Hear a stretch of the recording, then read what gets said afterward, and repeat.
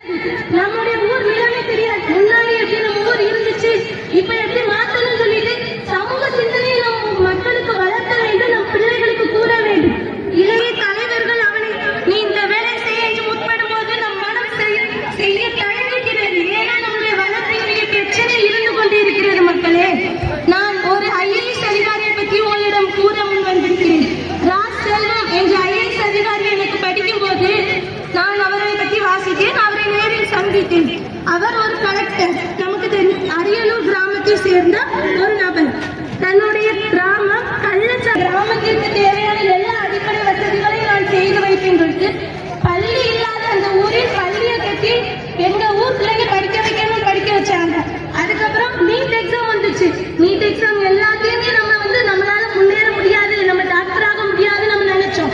ஆனா அந்த IAS அதிகாரி என்ன செய்தார், அந்த ஊரில் உள்ள ஒரு பிள்ளையை அரசு பள்ளியில் படிக்க வைத்து மருத்துவ தேர்வுக்கு தந்த தேர்வில் தேர்ச்சி பெற வைத்தார். அவரால் முடிகிறது. அப்போ ஒரு கிராமத்திற்கு ஒரு அதிகாரி இருந்தாலே போதும், நம்முடைய கோரிக்கை நிறைவேறும். மக்களே, நமக்கு இந்த போராட்டம் எல்லாம் நம்ம அந்த அதிகாரிகள் முன்னாடி இருக்கும் போது மட்டும்தான் எல்லாம் செல்லுபடியாகும்.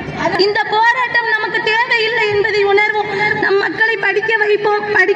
படிக்கிறதுனாலே நம்ம ஊருக்கு ஒரு வியாதி மாதிரி இருக்கு. இப்போ ஸ்கூலுக்கு போற பிள்ளைங்கள்ட்ட கூட கூப்பிட்டு இதை படினா நான் கப்பலுக்கு போயிடுவேனே, கப்பல் போய் வீடு கட்டிடுவேன். ஏன்னா அதுதான் இங்க நடந்து கொண்டு இருக்கிறது.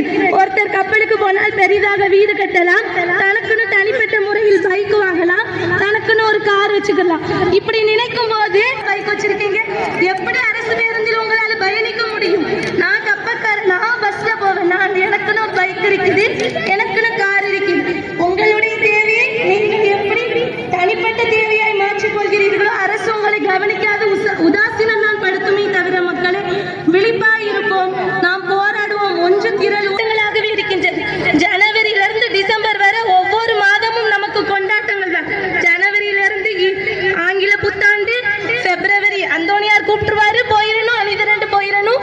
மார்ச் வந்துட்டு நான் ஈஸ்டர், சிலுவபாவி, அந்தடியா என்னோட கஷ்டங்கள் எல்லாத்தையும் போக்குற ஆண்டவரேன்னு சொல்லிட்டு வரோம். ஏப்ரல் உயிர்ப்பு, மே மாதம் மட்டும்தான் நீங்க திருவிழாவை முன்னெடுக்க திருவிழா வேண்டாம் என்று சொல்லவில்லை. அதிலேயே நம்மளுடைய வாழ்க்கையை நாம் கழித்து கொண்டிருக்கிறோம். மக்களே, எல்லாத்திற்கும் முற்றுப்புள்ளி வைப்போம். ஒன்று திரளுவோம். நம்ம எல்லாரும் படிப்போம். என்ன கல்விதான் முக்கியமான அரசியல் ஆயுதம். அம்பேத்கர் அழகாக சொல்கிறார், கற்பி ஒன்று சேர் போராடும் சொல்ற. அப்ப கற்பி நம்ம எல்லாத்தையும் கல்வி கற்க வைக்கணும். பிள்ளைகளாகிய நாம் இந்த போராட்டத்தில் எத்தனை இளம் பெண்கள், எத்தனை இளைஞர்கள் கலந்து கொண்டிருக்கிறார்கள். அவர்கள் மனதில் நம் சமூக தேவையை ஊன்ற வேண்டும். எப்படின்னு சொல்லி நம்மளுடைய பெரியவர்கள் அனைவரும் என்ன செய்து கொண்டிருக்கிறோம்? நாம் சண்டை போட வேண்டும் சொல்லிட்டு நாம் எல்லாம் ஒன்றுகிறோம். படிக்கலையா? தேர்தல் நேரத்தில் ஆங்காங்கே அமர்ந்து கொண்டு இந்த கட்சியிலிருந்து ஓட்டு போட வரல, நம்ம எல்லாரும் கூட்டிட்டு வீடு தேடி அவரை வைத்துக் கொண்டு வருகிறோம். அதே நேரம் நம்மிடம் கடலுக்கு வருகிறார்கள் 18 வயது கூட இந்த மாத பிள்ளைகள். அவர்களுக்கு எது தேவை? நீ போய் படி, அவனை கொண்டு போய் ஸ்கூல்ல போய் சேர்க்கிறோமா? எதற்காக நாம் முன்னாடி போய்கிட்டு இருக்கிறோம்? மக்களே, ஒன்று திரள்வோம். முடிந்து சேர்ந்த போராட்டம் நாமும் உச்சி வரும். நாம் பலியிடத்தில் வெட்டப்படுபவை ஆடுகள் தான், சிங்கங்கள் அல்ல. சிங்கங்களாக முழங்கிக் கொண்டிருப்போம்.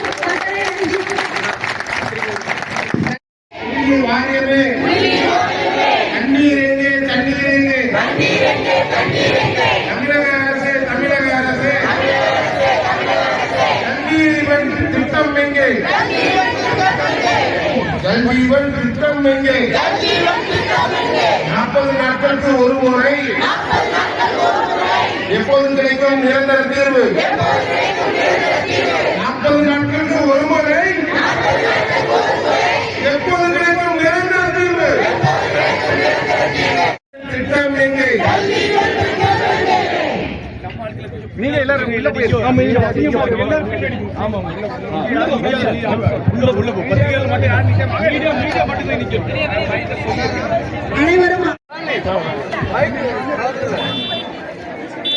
நான் எப்படி உங்க பிரச்சனையை பெருசா பேசிட முடியும்? ஏன்னா நான் 18 வருஷமா இந்த ஊரை விட்டு போய் ஆச்சு. அப்படிதானே? 18 வருஷமா நான் வெளியில போயிருந்தாலும் 25 வருஷமா இன்னமும் நான் இந்த ஊருக்கு வரும்போதெல்லாம் ஒரு மிகப்பெரிய பிரச்சனையை நான் பார்க்கிறது தண்ணீர் பிரச்சனை. அறிவியல் பொருட்காட்சிக்கு அழைச்சிட்டு போயிருந்தாங்க, அறிவியல் கண்காட்சி. அதுல பார்த்தோம்னா தூத்துக்குடி மாவட்டத்திலேயே புன்னக்காயல் ஊர்ல தான் தண்ணி ரொம்ப அசுத்தமா இருக்குது அப்படிங்கிற ஒரு தகவலோட நாங்க வந்தோம். அப்பவே தோணுச்சு, இப்படி ஒரு அசுத்தமான தண்ணீரை குடிக்கும் நமக்கு என்னைக்கு தீர்வு கிடைக்கும். அப்போ ஒரு அடலசண்டா, அதாவது ஒரு சிறுமியா என்னால எந்த முடிவும் எடுக்க முடியல. சரி, நம்ம ஊர் எவ்வளவோ பெரிய அளவுல நம்ம முன்னேற்றம் அடைஞ்சிட்டோம் அப்படின்னு ஒரு சந்தோஷப்படுற நேரத்துல 2024ஆம் ஆண்டும் அதே பிரச்சனையில தான் நம்ம நிக்கிறோம். மக்கள் போராட்டம் அரசே மௌனமே, அரசே மௌனமே, குடிநீருக்காக எமது மக்கள் போராட்டம், அரசே மௌனமே, மௌனமே, மௌனமே, மௌனமே, மௌனமே, தமிழக அரசே மௌனமே, தமிழக அரசே மௌனமே, தாகம் தீர்த்திடு, தாகம் தீர்த்திடு, தாகம் தீர்த்திடு, தாகம் தீர்த்திடு, தமிழக அரசே, தமிழக அரசே, தாகம் தீர்த்திடு, தாகம் தீர்த்திடு, தாகம் தீர்த்திடு, தாகம் தீர்த்திடு, தாகம் தீர்த்திடு, தாகம் தீர்த்திடு, தமிழக அரசே தாகம் தீர்த்திடு, தாகம் தீர்த்திடு, தமிழக அரசே தாகம் தீர்த்திடு, குடிநீர் எங்கே, குடிநீர் எங்கே, குடிநீர் எங்கே, குடிநீர் எங்கே, காலிக்குடம் இங்கே, காலிக்குடம் இங்கே, காலிக்குடம் எங்கே, காலிக்குடம் எங்கே, அரசே மௌனமே, அரசே மௌனமே, குடிநீர் எங்கே, குடிநீர் எங்கே, குடிநீர் எங்கே, குடிநீர் எங்கே, காலிக்குடங்கள் இங்கே, காலிக்குடங்கள் இங்கே, குடிநீர் எங்கே, குடிநீர் எங்கே, குடிநீர் எங்கே, குடிநீர் எங்கே, காலிக்குடங்கள் இங்கே, காலிக்குடங்கள் இங்கே, தாகம் தீர்த்திடு, தாகம் தீர்த்திடு, தாகம் தீர்த்திடு, தாகம் தீர்த்திடு, தமிழக அரசே தாகம் தீர்த்திடு, தமிழக அரசே தாகம் தீர்த்திடு, தாகம் தீர்த்திடு, தாகம் தீர்த்திடு, தாகம் தீர்த்திடு, தாகம் தீர்த்திடு, தமிழக அரசே தாகம் தீர்த்திடு, தமிழக அரசே தாகம் தீர்த்திடு, நடவடிக்கை எடு, நடவடிக்கை எடு, நடவடிக்கை எடு, நடவடிக்கை எடு, உடனடியாக நடவடிக்கை எடு, உடனடியாக நடவடிக்கை எடு, நடவடிக்கை எடு, நடவடிக்கை எடு, நடவடிக்கை எடு, நடவடிக்கை எடு, உடனடியாக நடவடிக்கை எடு, ஆட்சி மாற்றம்,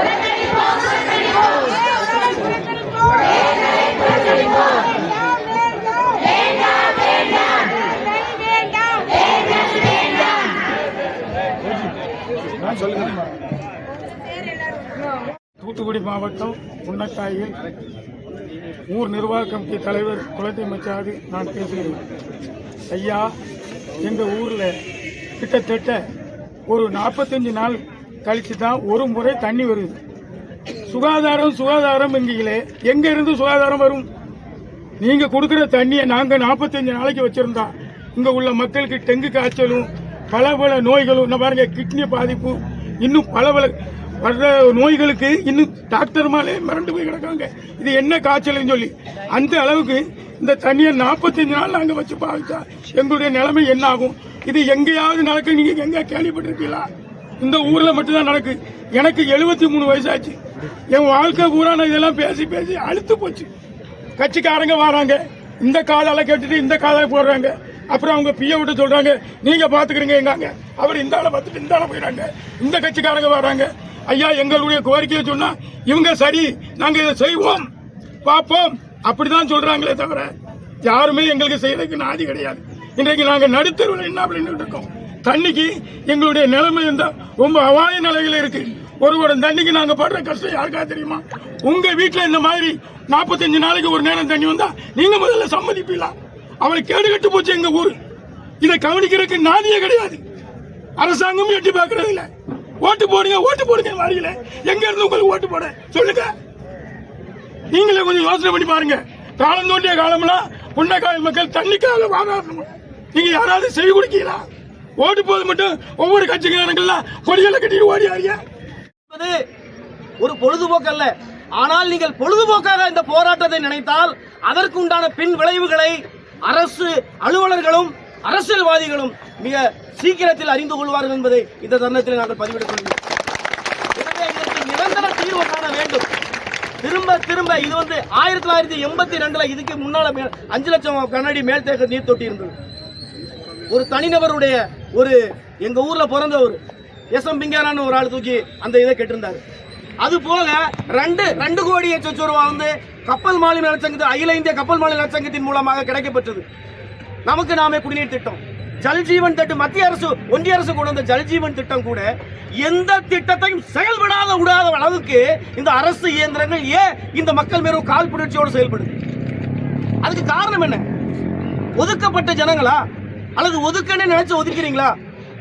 மக்களை போராட விடுவது அரசினுடைய கடமை அல்ல.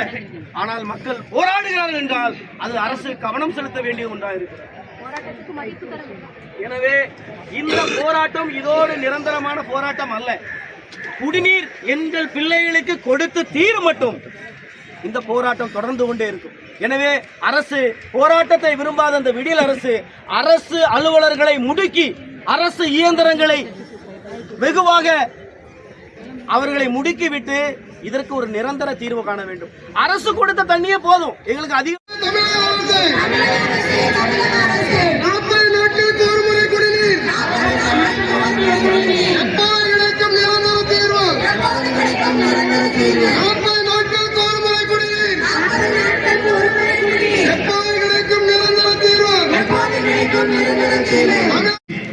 இனிவரும் காலங்களிலும் நீங்கள் இந்த ஒத்துழைப்பை தந்தால் நாம் எந்தவித பிரச்சனையையும் சமாளிக்கலாம் என்பதை எங்களுக்கு ஒரு நம்பிக்கை உருவாகிறது. அதே போன்று தம்பி உடையான் படைக்கஞ்சான் என்பதை போல இந்த